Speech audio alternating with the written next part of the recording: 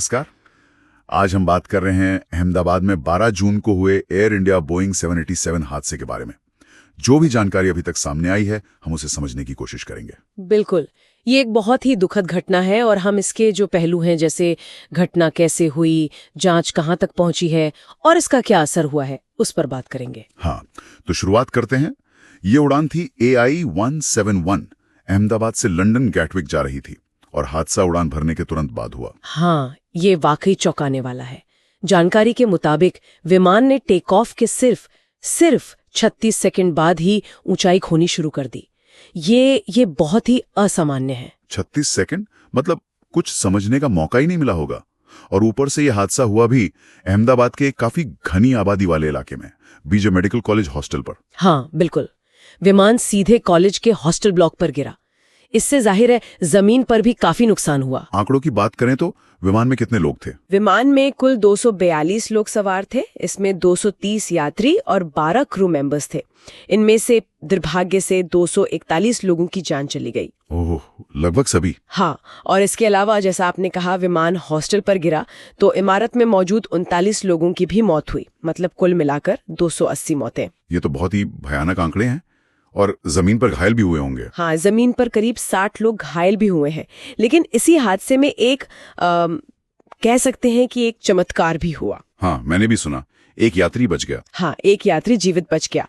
Reports में ऐसा आ रहा है कि वो शायद किसी रेत के ढेर पर गिरे, जिससे शायद इम्पैक्ट कम हुआ हो। ये वाकई हैरान करने वाली बात है। अविश्वसनीय। अच्छा, अब जांच पर आते हैं। ब्लैक बॉक्स मिल गए हैं। हाँ, अच्छी बात यह है कि विमान के दोनों ब्लैक बॉक्स मतलब कॉकपिट वॉइस रिकॉर्डर और फ्लाइट डेटा रिकॉर्डर बरामद कर लिए गए हैं।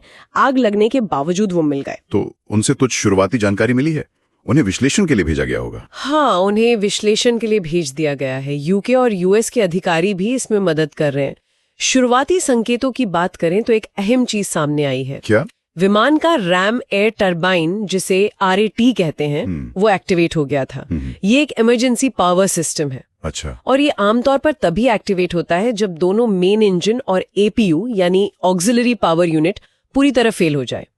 टेक ऑफ की इतनी जल्दी बाद इसका एक्टिवेट होना ये किसी बहुत बड़ी और असाधारण गड़बड़ी की तरफ इशारा करता है। शायद सामान्य इंजन फेलियर से भी ज्यादा कुछ। मतलब ये मामला काफी गंभीर लगता है। सिर्फ इंजन फेलियर नहीं बल्कि शायद पूरी पावर फेलियर जैसी स्थिति। हाँ, कुछ ऐसा ही लगता है। जांचकर्ता इस एंगल से भी देख रहे हैं। इसके अलावा वो CCTV फुटेज भी खंगाल रहे हैं। CCTV footage? उसमें क्या दिखा? फुटेज में भी कुछ चिंताजनक चीजें दिख रही हैं, जैसे कि विमान के फ्लैप्स शायद ठीक से वापस अंदर नहीं गए और लैंडिंग गियर भी नीचे ही रह गया था। ओह, फ्लैप्स और लैंडिंग गियर दोनों? हाँ, ये दोनों चीजें टेक ऑफ के बाद विमान की उठान मतलब लिफ्ट और हवा के खिंचाव यानी ड्रैग को बहुत बुरी तरह प्रभावित कर सकती हैं। इससे ऊंचाई लेना लगभग नामुमकिन हो जाता है। ये तो काफी तकनीकी सुराग हैं। अच्छा, अब ये बताइए कि अधिकारियों की तरफ से मतलब DGCA और एयरलाइन की तरफ से क्या कदम उठाए गए हैं? भारत की जो एविएशन रेगुलेटर है DGCA, उन्होंने तुरंत एक्शन लिया है। एक स्पेशल सेफ्टी ऑडिट का आदेश दिया गया है। इसमें खास तौर पर एयर इंडिया के बोइंग 787 और 777 फ्लीट की गहन जांच होगी। इसका असर तो एयर इंडिया की उड़ानों पर भी पड़ा होगा। हाँ बिल्कुल, इसके चलते एयर इंडिया ने अपनी वाइड बॉडी फ्लाइट्स मतलब लंबी दूरी वाली उड़ानों में करीब 15% की कटौती की है। कई उड़ानें लेट भी हुई हैं। और जांच की निगरानी के लिए कुछ खास व्यवस्था? जी, एक हाई लेवल कमेटी बनाई गई है जो पूरी जांच की निगरानी कर रही है। और जो AAIB है यानी एयर एक्सीडेंट इन्वेस्टिगेशन ब्यूरो, उनकी कोशिश है कि लगभग 30 दिन में मतलब मध्य जुलाई तक एक शुरुआती रिपोर्ट आ जाए। और फाइनल रिपोर्ट? फाइनल रिपोर्ट आने में तो वक्त लगता है। उसमें करीब 12 महीने लग सकते हैं। ये हादसा एविएशन हिस्ट्री में कितना बड़ा माना जा रहा है? ये कई लिहाज से बहुत अहम है।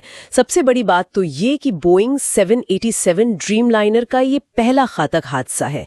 ये विमान 2011 से सेवा में है और अपनी मॉडर्न टेक्नोलॉजी और सेफ्टी के लिए जाना जाता था। हाँ, ड्रीमलाइनर का रिकॉर्ड तो काफी अच्छा रहा है। बिल्कुल, और भारत के नजरिए से देखें तो ये पिछले करीब 30 सालों में देश की सबसे भयानक विमान दुर्घटना है। 30 साल में सबसे बड़ी? ये तो बहुत गंभीर बात है। हाँ, और दुनिया भर में भी देखें तो पिछले दशक की सबसे बड़ी हवाई त्रासदियों में से एक है ये निश्चित रूप से एविएशन सेफ्टी पर फिर से सबका ध्यान खींचेगा।